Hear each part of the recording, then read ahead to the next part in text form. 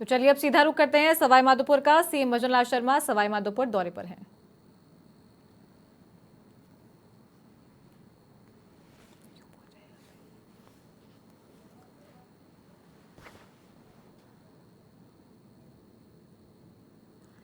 तो आज दिन भर सीएम भजन लाल शर्मा के कार्यक्रम में काफी व्यस्तता देखी गई है। धौलपुर में बाड़ी में जनसभाओं को संबोधित किया है। ईआरसीपी को लेकर यह आभार यात्रा चलाई जा रही है।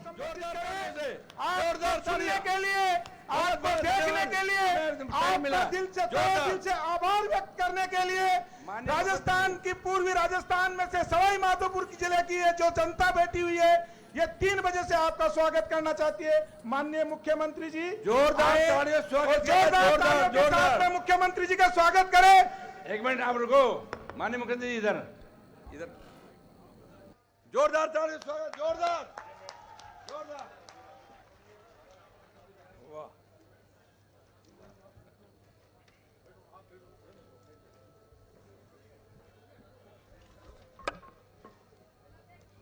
बस।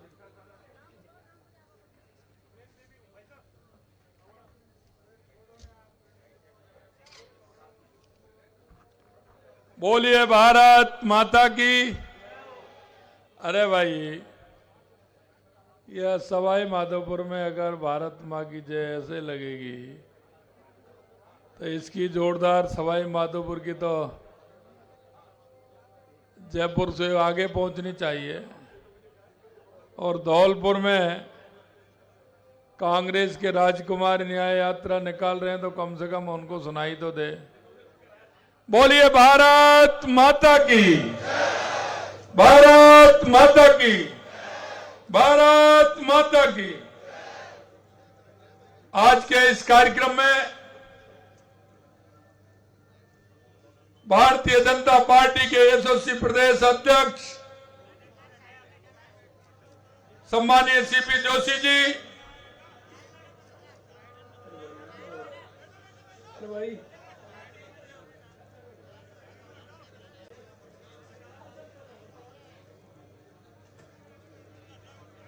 भारतीय जनता पार्टी के वरिष्ठ नेता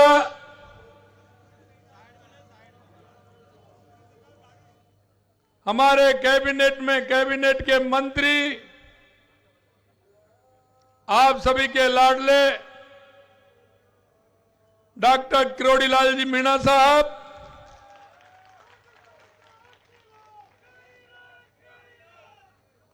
मंत्रिमंडल में हमारे साथी भाई कन्हैयालाल जी चौधरी साहब, आपके लोकप्रिय सांसद सम्मानीय सुखबीर सिंह जी जौनपुरिया साहब,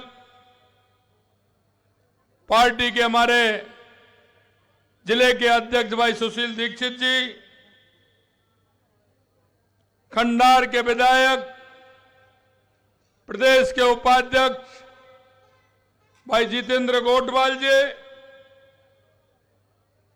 हमारे प्रदेश के उपाध्यक्ष भाई मुकेश दादी जी, हमारे देवली उनियारा से चुनाव लड़े भाई विजय बैसला जी, मदन प्रजापत जी, नरेंद्र सिंह जी प्रधान खंडार, कृष्ण पोचवाल जी प्रधान बौली, और मंच पर विराजमान सभी पदाधिकारीगण। और ये 4 घंटे क्या 5 घंटे लेट हम पहुंचे और फिर भी आप इतनी बड़ी संख्या में मिले। ऐसे मेरे सभी पूजा योग बुजुर्गों, नौजवान दोस्तों और माता और बहनों, आपके चरणों में मैं प्रणाम करता हूं, वंदन करता हूं, नमन करता हूं।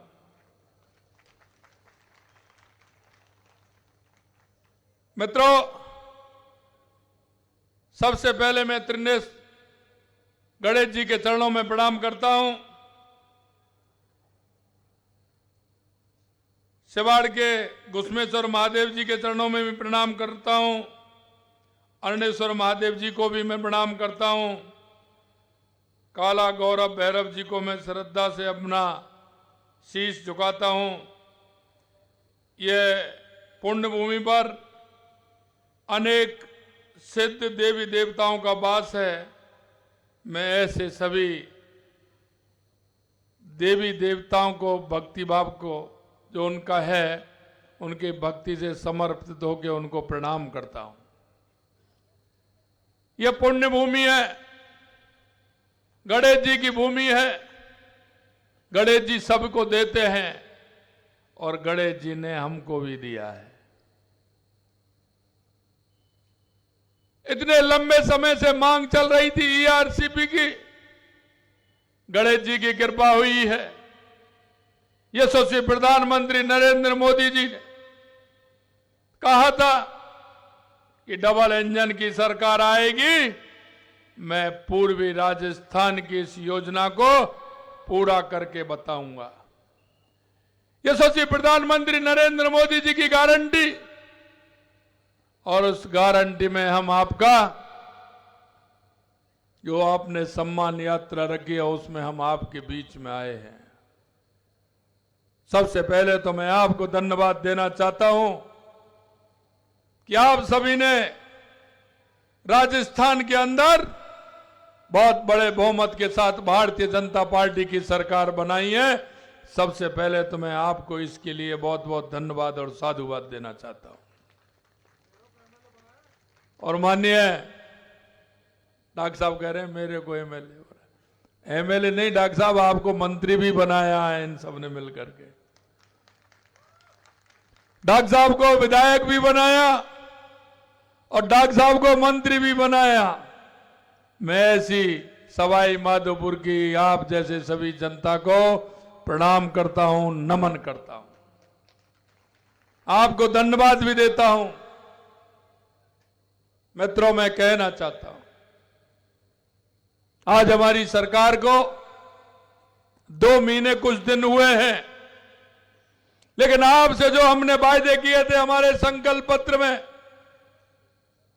हमने वो वायदे पूरा करना प्रारंभ कर दिया है।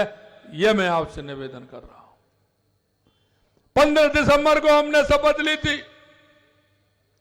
16 दिसंबर को हमने कहा, क्योंकि हमारे डॉक्टर किरोड़ी लाल जी ने युवाओं के उस दर्द को समझा था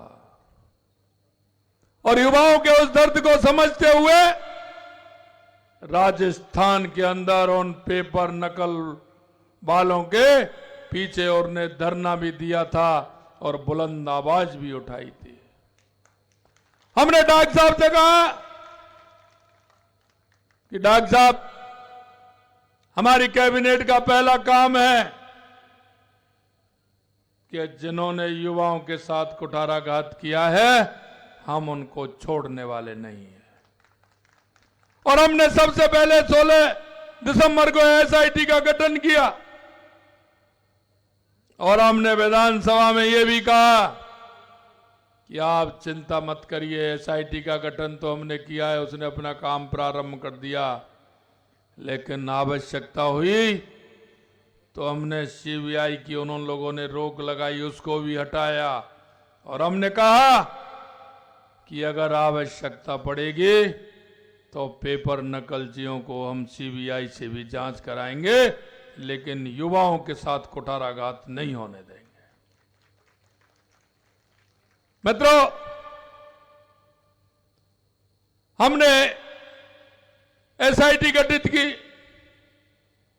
गुंडागिर्दी होती थी, गैंगस्टर आते थे, कहीं गोली चला करके चले जाते थे तो कहीं किसी में घायल करके चले जाते थे, कभी किसी को मार के चले जाते थे।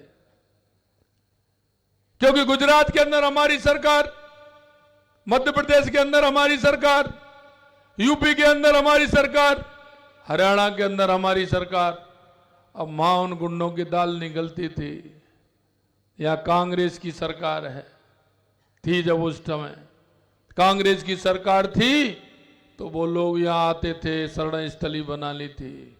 हमने आते ही कहा ये शक्ति और भक्ति की धरती है, ये शांति की धरती है, राजस्थान में किसी प्रकार से कोई गुंडागर्दी सहन नहीं की जाएगी। हमने एंटी गैंगस्टर फोर्स बना करके उनका भी इंतजाम कर दिया है, ये मैं आपको बताना चाहता हूं। हमने वायदा किया था किसानों के साथ, हमने वायदा किया कि किसान सम्मान निधि बढ़ाने का हम काम करेंगे।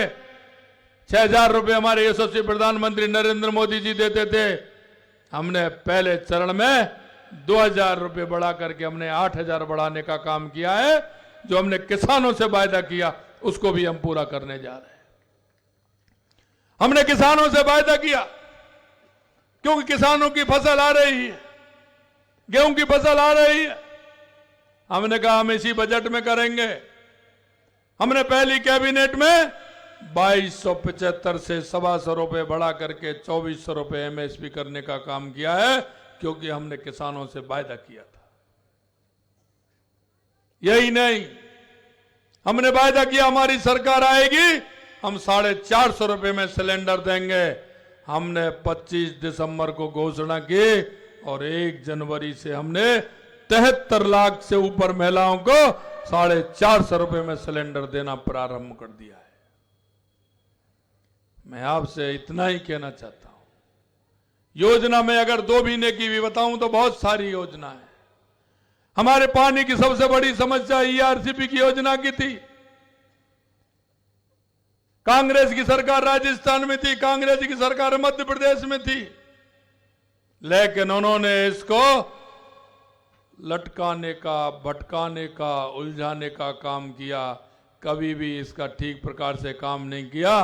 हमारी सरकार आते ही, हमारे मावी बीजेपी की सरकार आई, हमारे मित्र मां मोहन यादव जी मुख्यमंत्री बने, हमने उनको फोन किया कि भाई जी हमारी योजना है ये 13 जिलों की पीने की और सिंचाई की योजना है। हमारे राजस्थान, पूर्वी राजस्थान में बड़ी समस्या है, आपको आना है, समस्या का समाधान भी हमने मिलकर के करना है। कब आना है बता दीजिए, दिल्ली चलना है कि मैंने भाई जी आपको नहीं आना है, मैं आपके जयपुर आऊंगा, आपको साथ लेकर के जाऊंगा और दिल्ली जाकर के समझौता करके उस योजना को आगे बढ़ाने का काम करेंगे। वो जयपुर आए, साथ लेकर के गए और ईआरसीपी की योजना को मूर्त रूप देने का काम किया। यही नहीं मित्रों, जब हमने 13 में ये 37,000 करोड़ रुपए की योजना बनाई थी, अब आवश्यकता हुई कुछ बांध भी हमने बढ़ाए। 37,000 से बढ़ा करके इसका बजट 45,000 करोड़ रुपए हुआ और 45,000 करोड़ रुपए बढ़ा करके मानिए हमने